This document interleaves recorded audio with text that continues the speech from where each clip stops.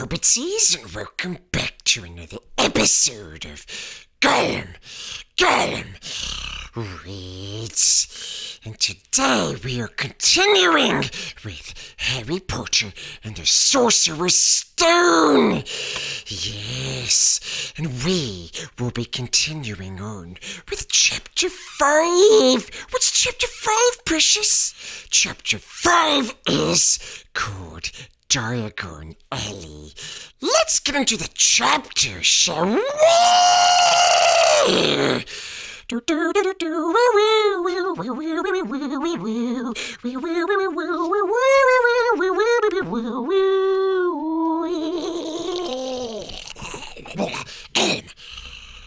Harry woke early the next morning. Although he could tell it was daylight, he kept his eyes shut tight. It was a dream, Precious, he told himself firmly. I dreamed a giant called Hagrid came to tell me I was going to a school for wizards.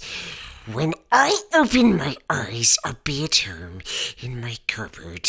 Yes, there was suddenly a loud tapping noise, and there's Aunt Petunia knocking on the door. Harry thought, his heart sinking, but he still didn't open his eyes, Precious. No, it had been such a good dream. Turp, turp, turp. All right, Harry mumbled. I'm getting up. He sat up, and Hagrid's heavy coat fell off him. The hut was full of sunlight. The storm was over.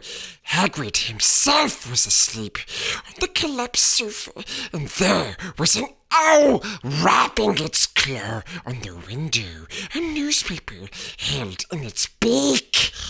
Harry scrambled to his feet, so happy he felt as though a large balloon was swelling inside him. He went straight to the window and jerked it open. The owl swooped in and dropped the newspaper on top of Hagrid, who didn't wake up, Precious. Yes, he's asleep. The owl then fluttered on the floor and began to attack Hagrid's coat. Don't do that! Harry tried to wave the owl out of the way, but it snapped its beak fiercely at him and carried on, savaging the coat. Hagrid, said Harry loudly, there's an owl! Pay him! Hagrid grunted into the sofa. What? He wants paying for delivering the paper. Look in the pockets. Hagrid's coat seemed to be made of nothing but pockets. Bunches of keys, slug pellets, balls of string, mint humbugs, tea bags. Finally, Harry pulled out a handful of strange-looking coins, Precious. Give him 5 knuts, said Hagrid sleepily. Knuts, Precious, what's that? Little bronze ones. Harry counted out 5 little bronze coins, and the owl held out its leg so he could put the money into a small leather pouch tied to it. Then it flew off through the open window.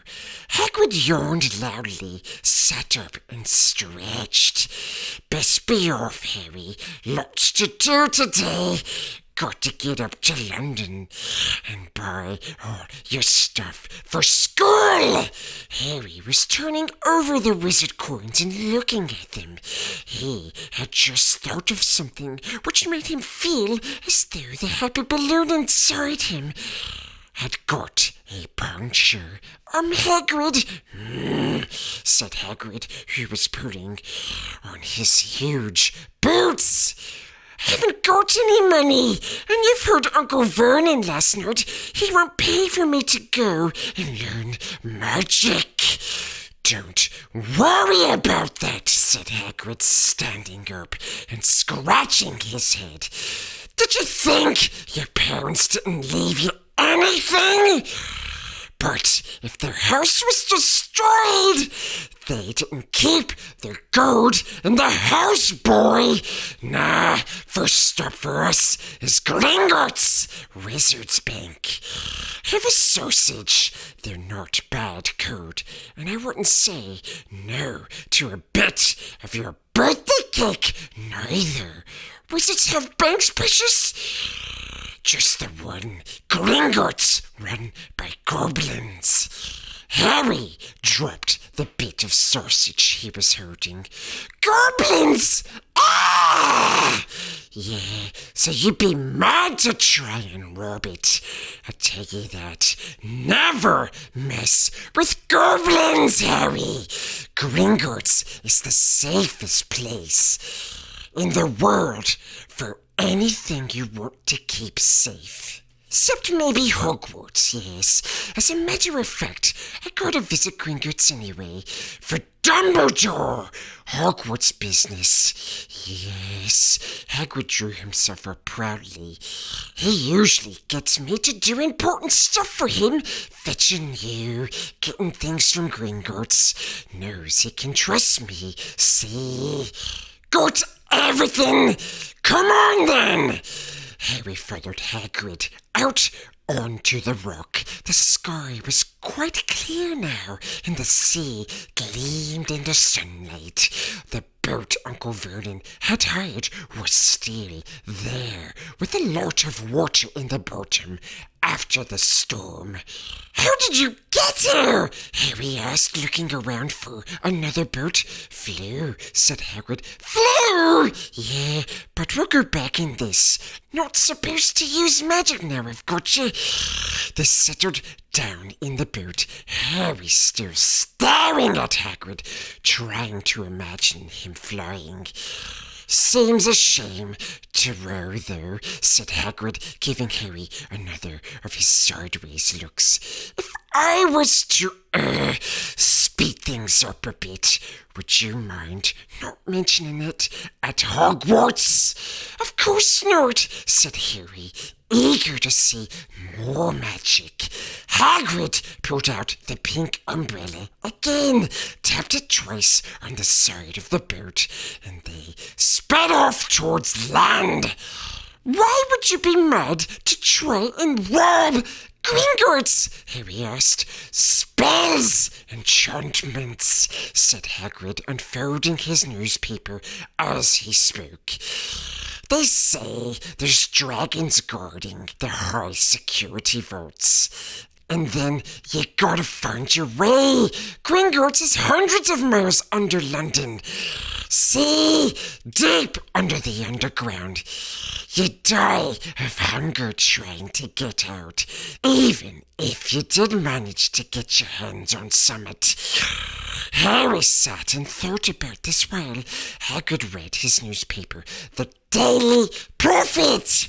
Harry had learned from Uncle Vernon that people liked to be left alone where they did this, but it was very difficult, precious. He never had so many questions in his life. Ministry of Magic messing things up as usual, Hagrid muttered, turning the page. There's a Ministry of Magic? Harry asked before he could stop himself. Course, said Hagrid. They wanted Dumbledore for Minister, of course, but he'd never leave Hogwarts, precious. So old Cornelius Fudge got the job. Bungler, if ever there was one. So he pelts Dumbledore with owls every morning, asking for advice. But what does a Ministry of Magic do, precious? Well, their main job is to keep it from the muggles. That there's still witches and wizards up and down the country. Why? Blimey, Harry. everyone be wanting magic solutions to their problems. Nah, we're best left alone. At this moment, the boat bumped gently into the harbour wall. Hagrid folded up his newspaper, and they clambered up the stone steps onto the street. Passers-by stared a lot at Hagrid as they walked through the little town to the station. Harry couldn't blame them.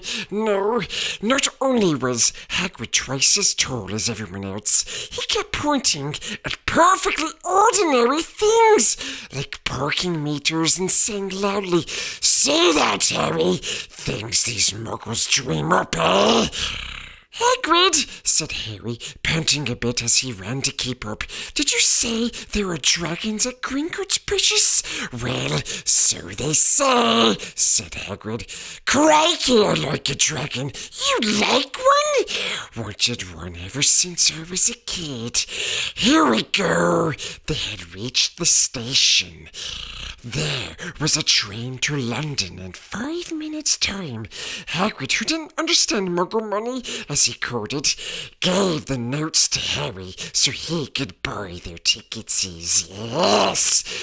People stayed more than ever on the train. Hagrid took up 2 seats and sat knitting what looked like a canary yellow circus tent. "Still got your letter, Harry?" he asked as he counted stitches. Harry took the parchment envelope out of his pocket. "Good," said Hagrid. "There's a list there of everything you need."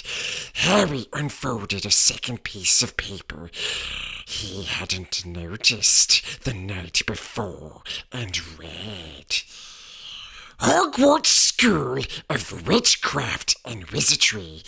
Uniform. First-year students will require 3 sets of plain robes, black. 1 plain pointed hat, black. For day wear, 1 pair of protective gloves, dragon hide or similar. 1 winter cloak, black, silver fastenings. Please note that all pupils' clothes should carry name tags. Set books.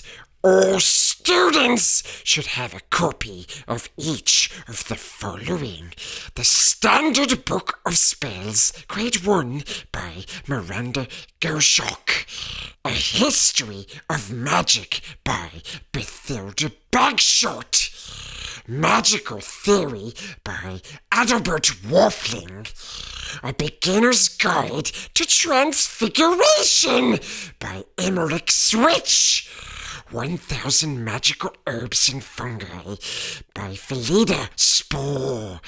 Magical Drafts and Potions by Arsonist Jigger. Fantastic Beasts and Where to Find Them by Newt Scamander. The Dark Forces, A Guide to Self-Protection by Quentin Trimble. Other equipment: 1 wand, 1 cauldron, pewter, standard size 2.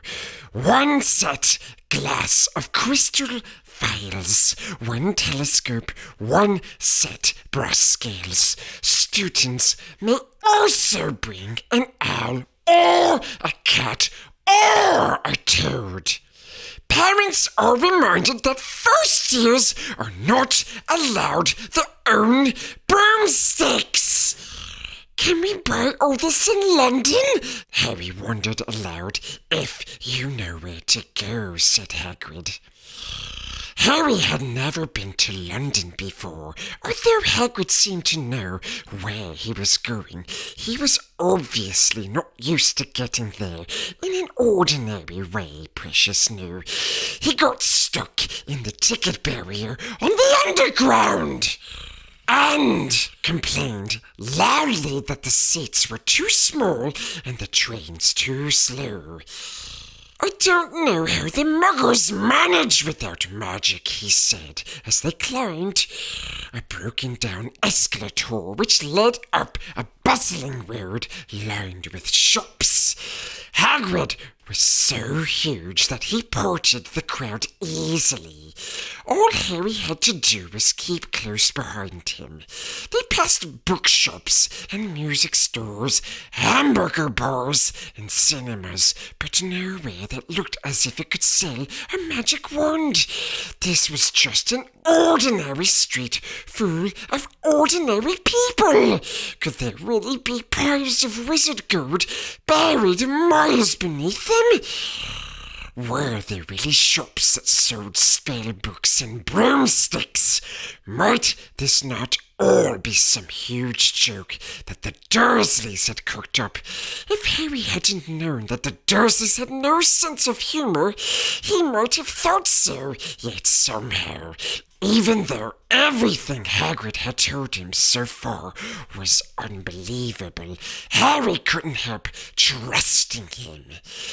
"This is it," said Hagrid, coming to a halt. "The Leaky Cauldron. It's a famous place, yes." It was a tiny, grubby-looking pub. If Hagrid hadn't pointed it out, Harry wouldn't have noticed it was there. The people hurrying by didn't glance at it. Their eyes slid from the big bookshop on one side to the record shop on the other, as if they couldn't see the Leaky Cauldron at all. In fact, Harry had the most peculiar feeling that only he and Hagrid could see it. Before he could mention this, Hagrid had steered him inside. For a famous place, it was very dark, precious, and shabby. A few old women were sitting in a corner, drinking glasses of sherry. One of them was smoking a long pipe. A little man in a top hat was talking to the old barman, who was quite bald and looked like a gummy walnut. The low buzz of chatter stopped when they walked in. Everyone seemed to know Hagrid. Yes, they waved and smiled at him, and the barman reached for a glass, saying, "The usual, Hagrid." "Come, Tom, I'm in Hogwarts business," said Hagrid, clapping his great hand on Harry's shoulder and making Harry's knees buckle. "Good Lord," said the barman, peering at Harry. Can this be?" The Leaky Cauldron had suddenly gone completely still and silent. "Bless my soul," whispered the old barman. "Harry Potter, what an honor!"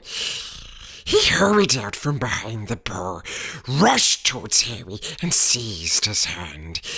Tears in his eyes. "Welcome back, Mr. Potter! Welcome back!" Harry didn't know what to say.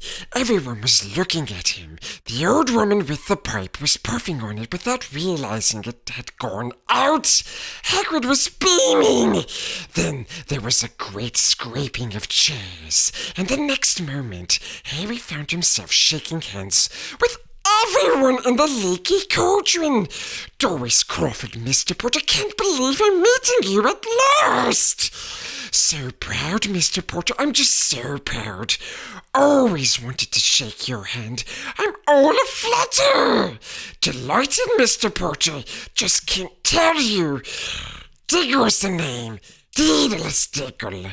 "I've seen you before," said Harry, as Daedalus Diggle's top hat fell off in his excitement.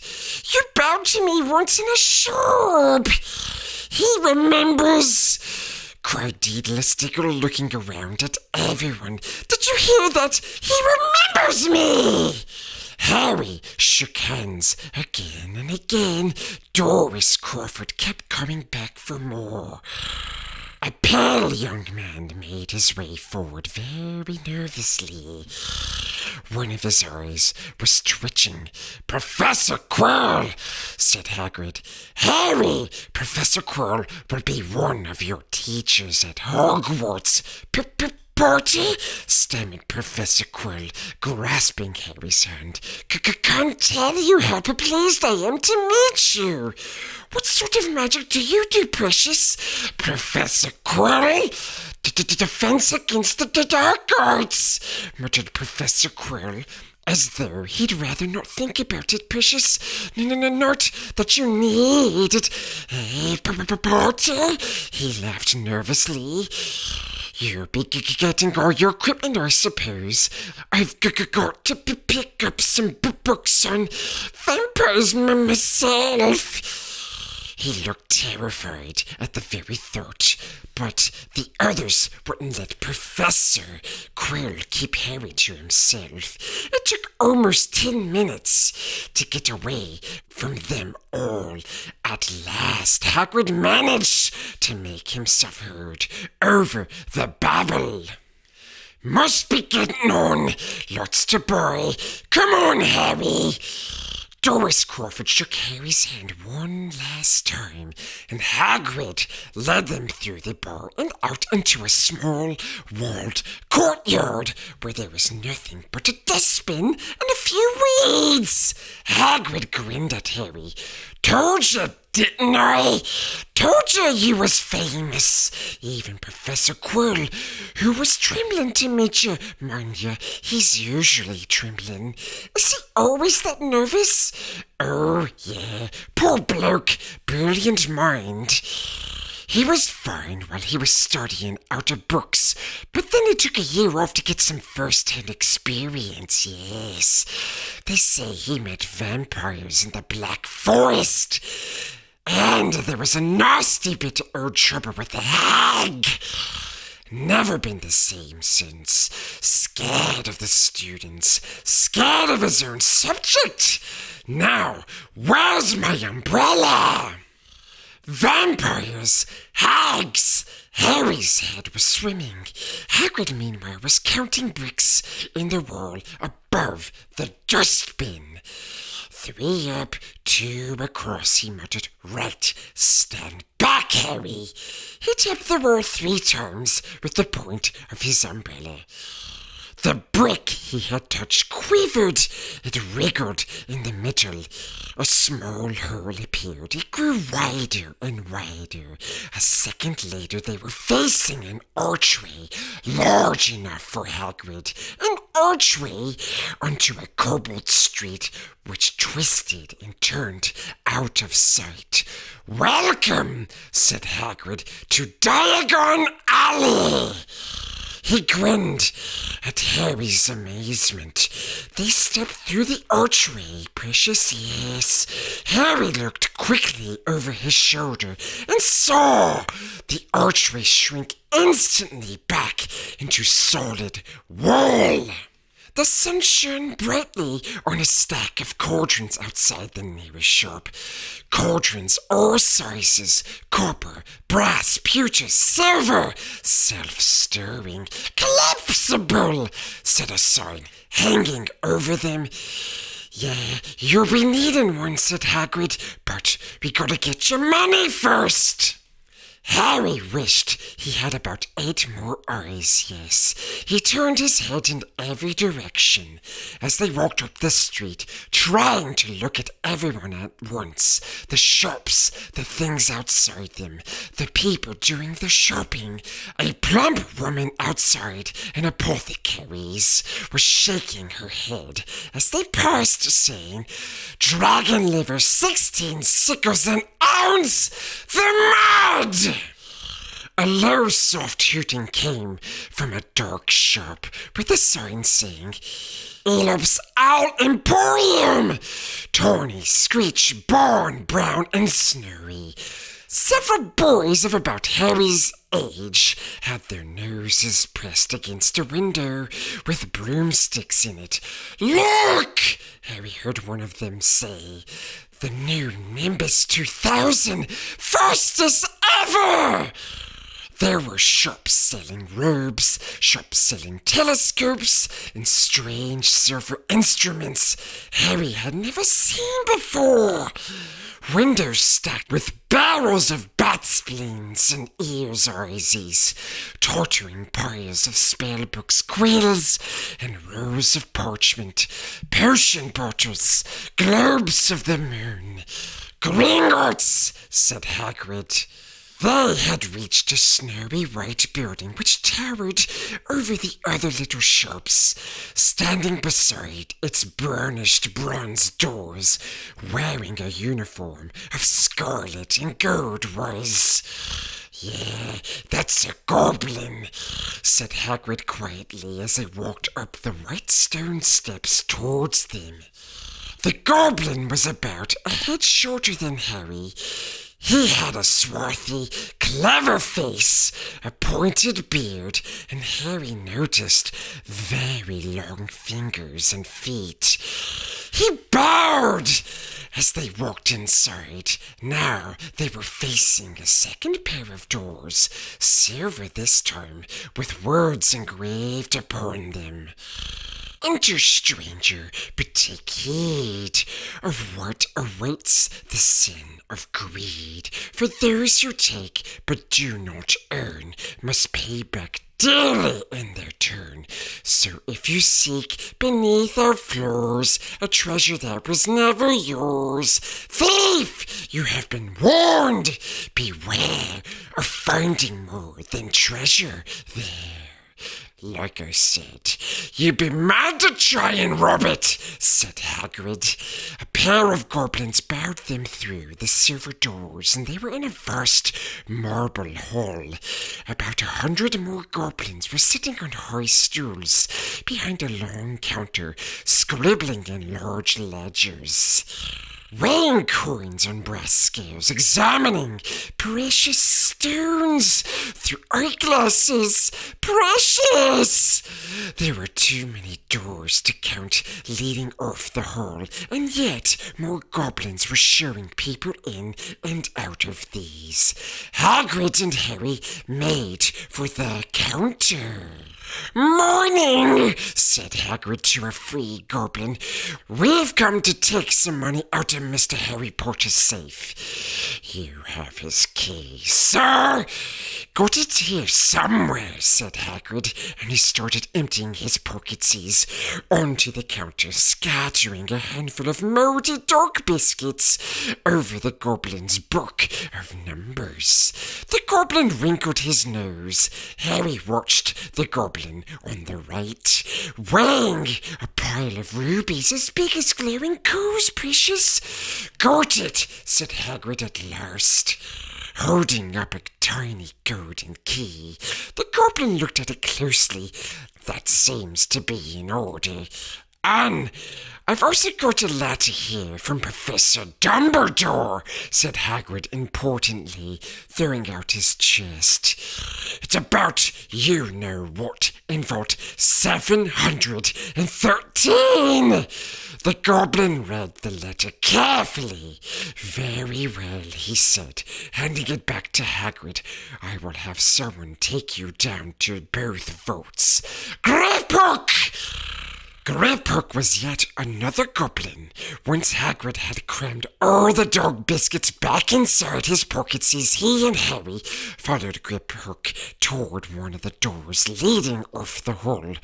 "What's the you-know-what in Vault 713, Precious?" Harry asked. "Can't tell you that," said Hagrid mysteriously. "Very secret. Hogwarts business. Dumbledore's trusted me.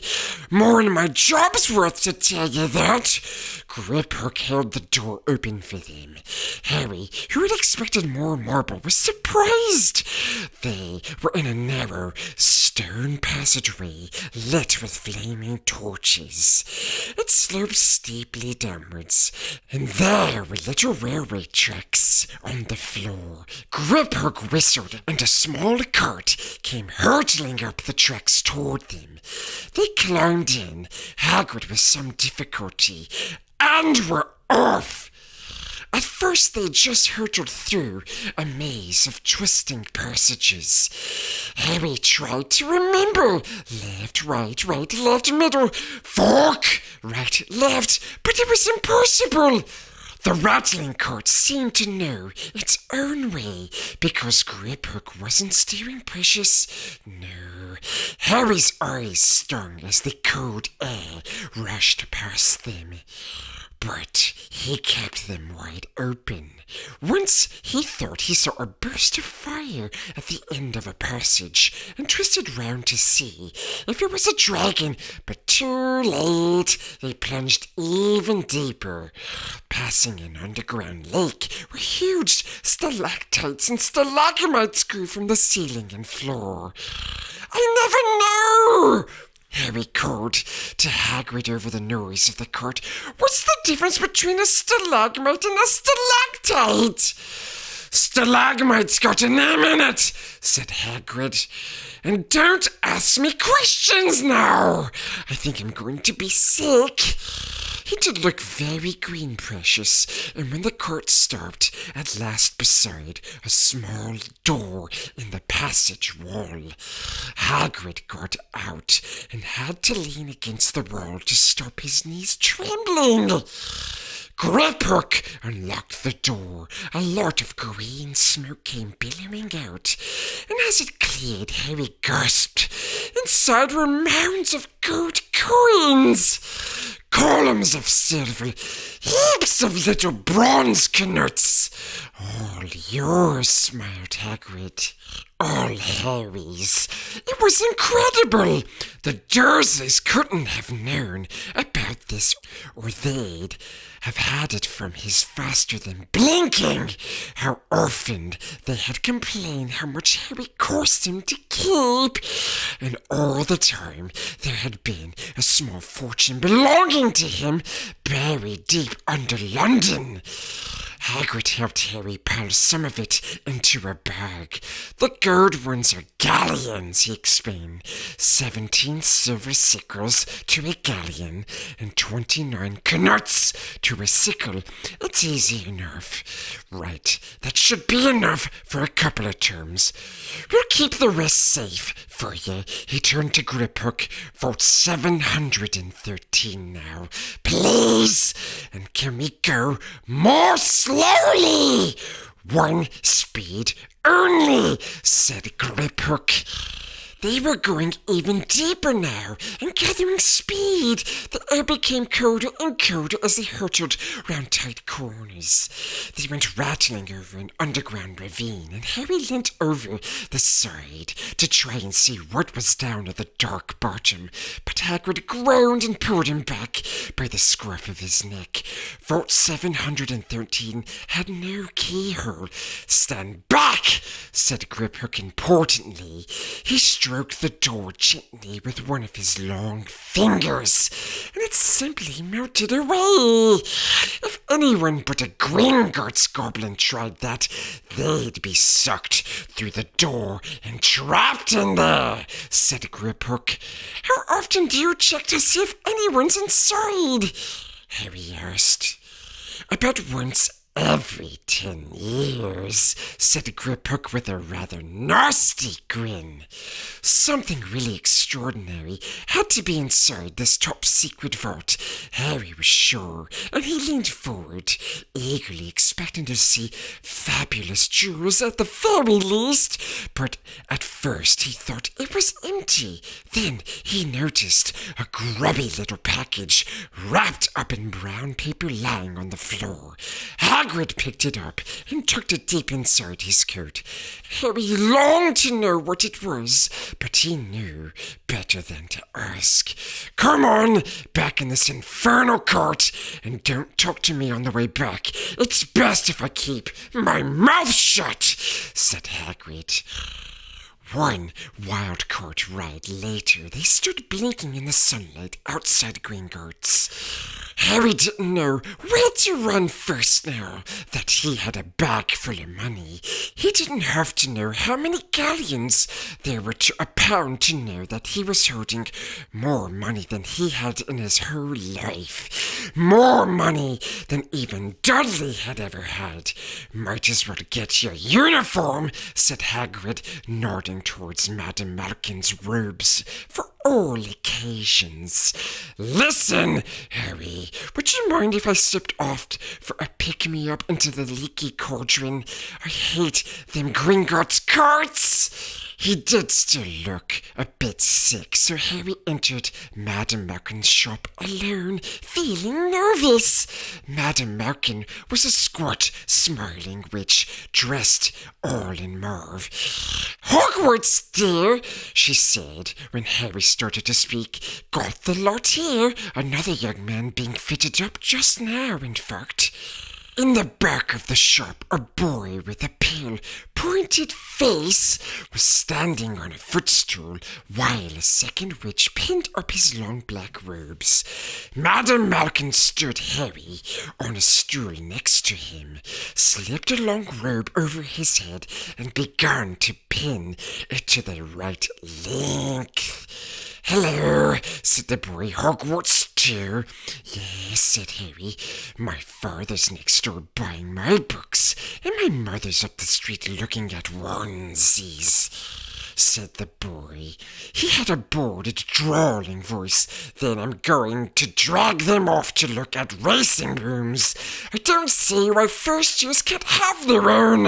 I think I'll bully father into getting me one, and I'll smuggle it in somehow." Harry was strongly reminded of Dudley. "Have you got your own broom?" the boy went on. "No," said Harry. "Play Quidditch at all?" "No," Harry said again, wondering what on earth Quidditch could be. "I do. Father says it's a crime if I'm not picked to play for my house. And I must say I agree. Yes. Know what house you'll be in yet?" "No," said Harry, feeling more stupid by the minute. "Well, no one really knows until they get there, do they? But I know. I'll be in Slytherin. All our family has been. Imagine being a Hufflepuff. I think I'd leave, wouldn't you?" Said Harry, wishing he could say something a bit more interesting. "I say, look at that man," said the boy, suddenly nodding towards the front window. Hagrid was standing there, grinning at Harry, and pointing at 2 large ice cream cones to show he couldn't come in. "That's Hagrid," said Harry, pleased to know something the boy didn't. "He works at Hogwarts." "Oh," said the boy, "I've heard of him. He's sort of a servant, isn't he?" "He's the gamekeeper," said Harry. He was liking the boy less and less every second. "Yes, exactly. I heard he's sort of a savage, living in a hut in the school grounds, and every now and then he gets drunk, tries to do magic, and ends up setting fire to his bed." "I think he's brilliant," said Harry coldly. "Do you?" said the boy with a slight sneer. "Why is he with you? Where are your parents?" "They're dead," said Harry shortly. He didn't feel much like going into the matter with this boy.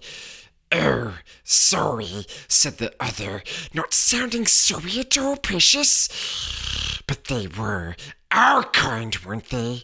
They were a witch and wizard, if that's what you mean. I really don't think they should let the other sort in, do you? They're just not the same. They've never been brought up to know our ways. Some of them have never even heard of Hogwarts until they get the letter. Imagine. I think they should keep it in the old visiting families. What's your surname, anyway?"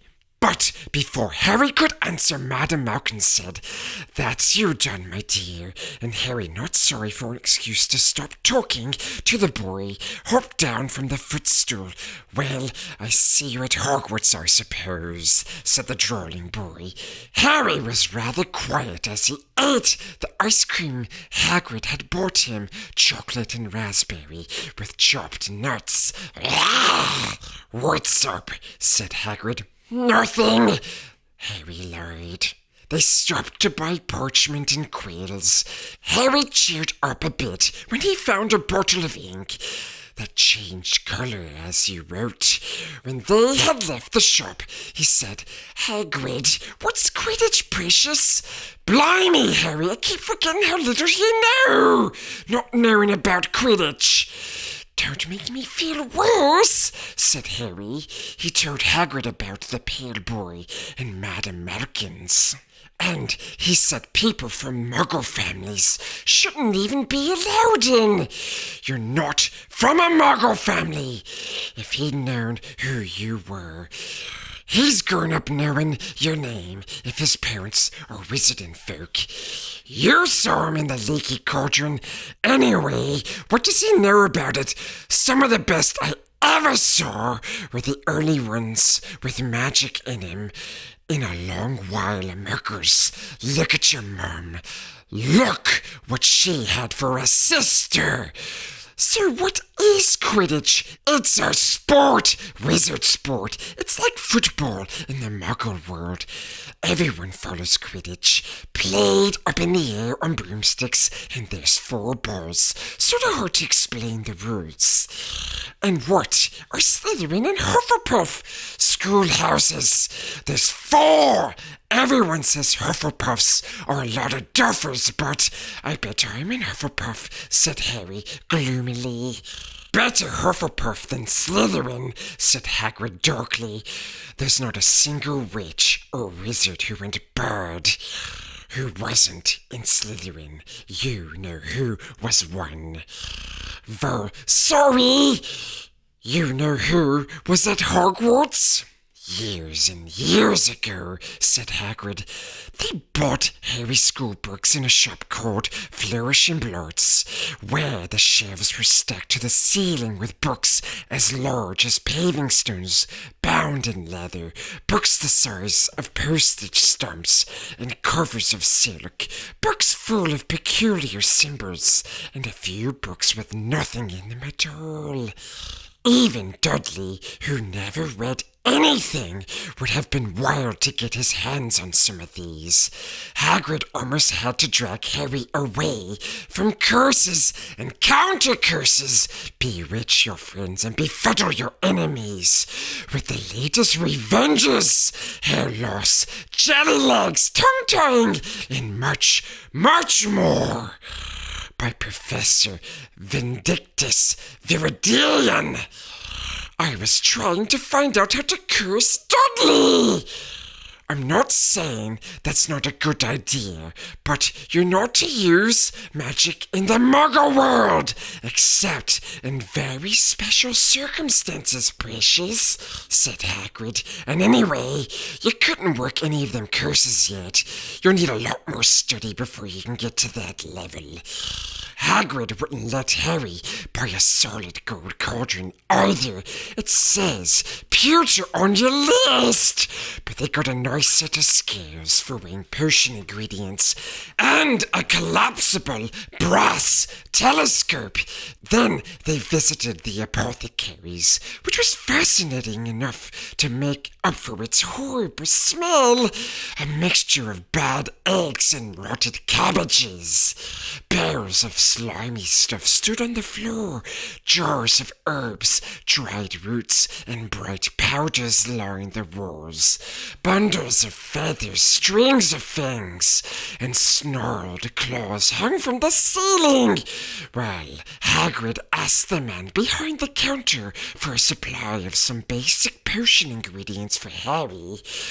Harry himself examined silver unicorn horns at 21 galleons each, and minuscule, glittery, black beetle eyes, 5 nuts a scoop. Outside the apothecaries, Hagrid checked Harry's list again. Just your one left. Oh yeah, and I still haven't got you a birthday present. Harry felt himself go red. You don't have to. I know, I don't have to. Tell you what, I'll get your animal, not a toad. Toads went out of fashion years ago. You'd be laughed at. And I don't like cats, they make me sneeze. I'll get you An owl. Oh, the kids want owls. They're dead useful. Carry your post and everything. 20 minutes later, they left Oilop's Owl Emporium, which had been dark and full of rustling and flickering jewel-bright eyesies.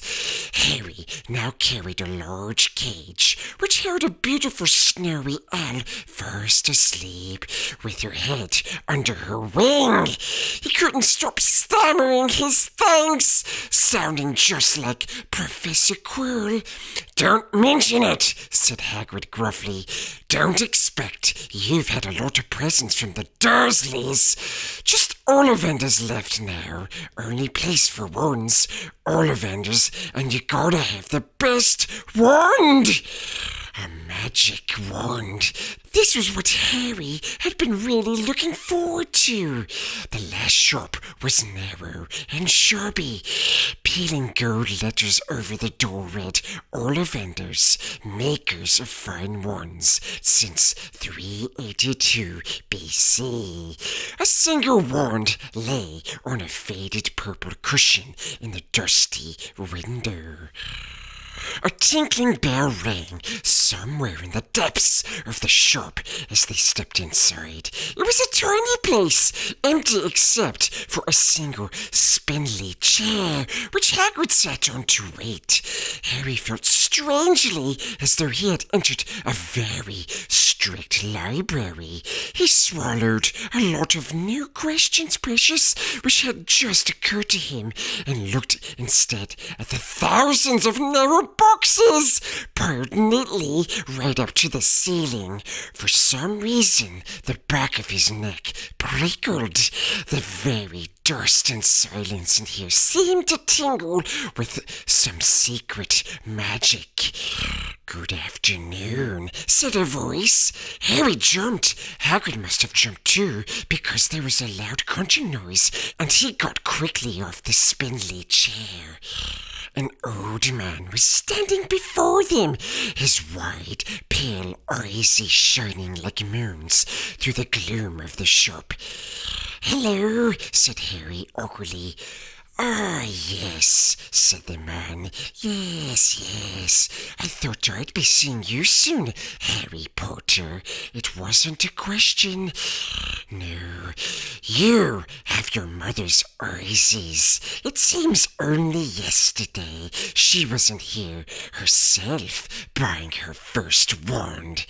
10¼ inches long, swishy, made of willow. Nice wand for charm work.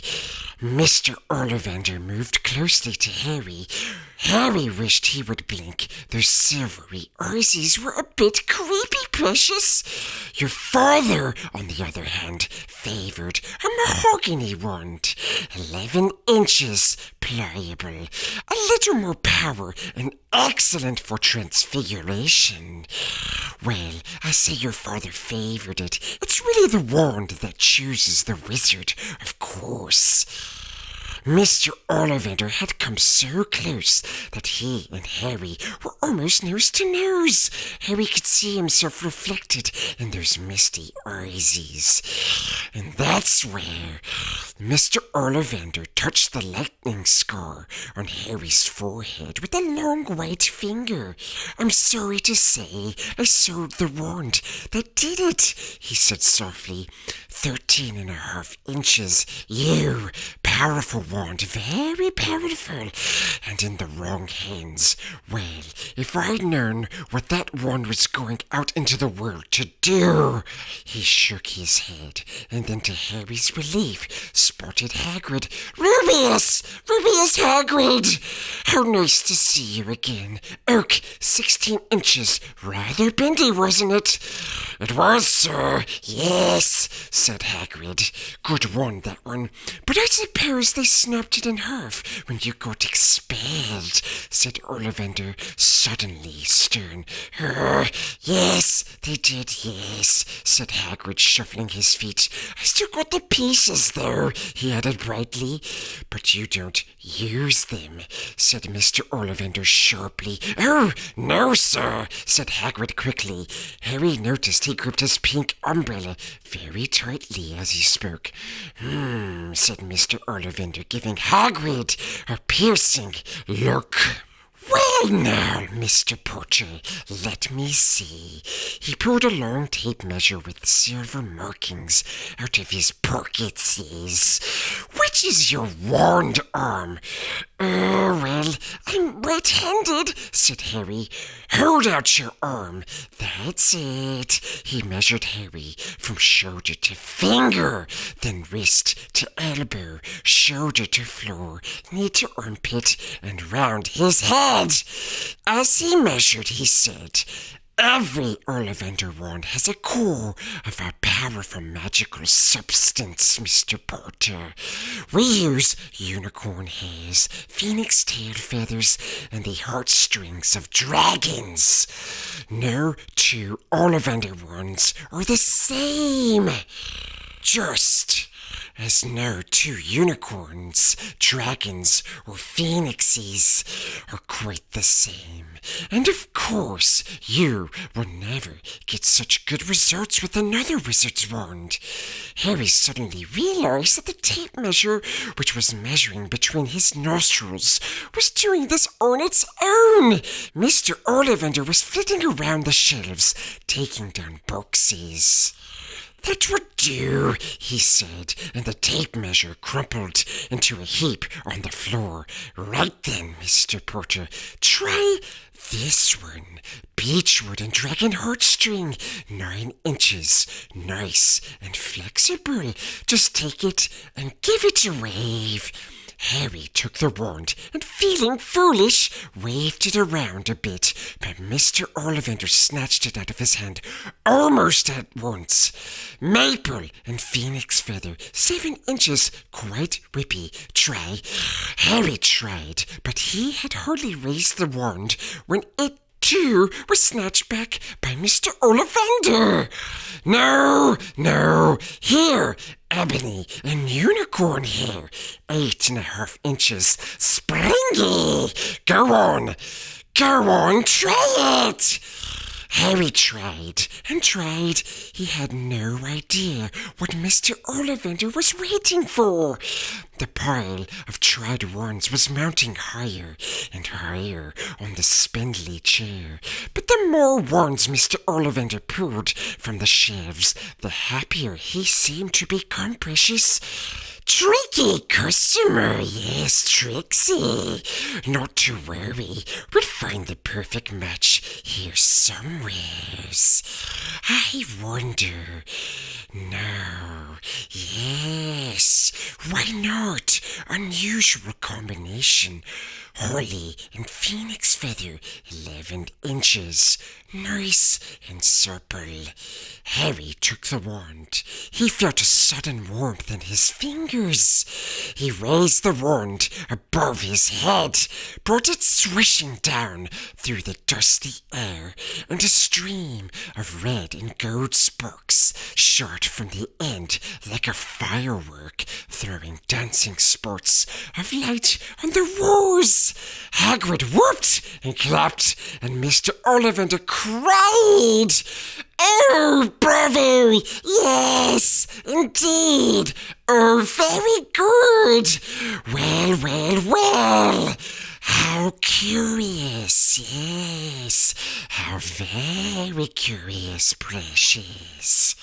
He put Harry's wand back in its box and wrapped it in brown paper, still muttering, "Curious, yes, precious, curious."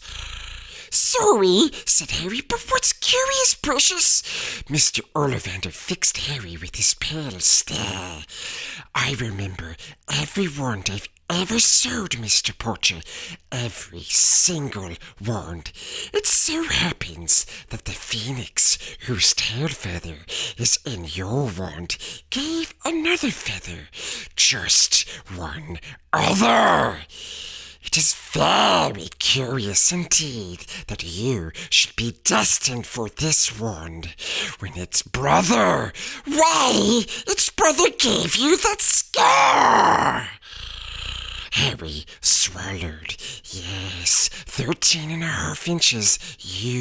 Curious indeed how these things happen. The wand chooses the wizard. Remember, I think we must expect great things from you, Mr. Potter. After all, he who must not be named did great things. Terrible, yes, but great. Harry shivered. He wasn't sure he liked Mr. Ollivander too much. He paid 7 gold galleons for his wand, and Mr. Ollivander borrowed them from his shop. That late afternoon, sun hung low in the sky as Harry and Hagrid made their way back down Diagon Alley. Back through the wall, back through the leaky cauldron, now empty. Harry didn't speak at all as they walked down the road. He didn't even notice how much people were gawping at them on the underground, laden as they were with all their funny-shaped packages, with the sleeping snowy owl on Harry's lap, up another escalator out into Paddington Station. Harry only realised where they were when Hagrid tapped him on the shoulder. "Good time for a bite to eat before your train leaves," he said. He bought Harry a hamburger, and they sat down on plastic seats to eat them. Harry kept looking around. Everything looks so strange somehow. "You're right, Harry. You're very quiet," said Hagrid. Harry wasn't sure he could explain. He just had the best birthday of his life. And yet he chewed his hamburger, trying to find the words. "Everyone thinks I'm special," he said at last. "Oh, there's people in the leaky cauldron, Professor Quirrell, Mr. Ollivander, but I don't know anything about magic at all. How can they expect great things? I'm famous and I can't even remember what I'm famous for. I don't know what happened when the night my parents died." Hagrid leaned across the table behind the wild beard and eyebrows. He wore a very kind smile. "Don't you worry, Harry. You'll learn fast enough. Everyone starts at the beginning at Hogwarts. You'll be just fine. Just be yourself. I know it's hard. You've been singled out, and that's always hard. But you'll have a great time at Hogwarts. I did. Still do, as a matter of fact." Hagrid helped Harry onto the train that would take him back to the Dursleys, then handed him an envelope. "Your ticket for Hogwarts," he said. "1st of September, King's Cross. It's all on your ticket. Any problems with the Dursleys, send me a letter with your owl. She'll know where to find me. See you soon, Harry." The train pulled out of the station. Harry wanted to watch Hagrid until he was out of sight. He rose in his seat and pressed his nose against the window, but he blinked and Hagrid had gone. We hope you enjoyed this reading of Harry Potter and the Sorcerer's Stone, Chapter 5, Diagon Alley. And if you did, don't forget to smash the like button and leave our comments down below. Yes, do it. And if you want to see more of these videos, precious, yes, don't forget to subscribe. Do it! You know you want to. Until next time, Hobbitses. Gollum, Gollum,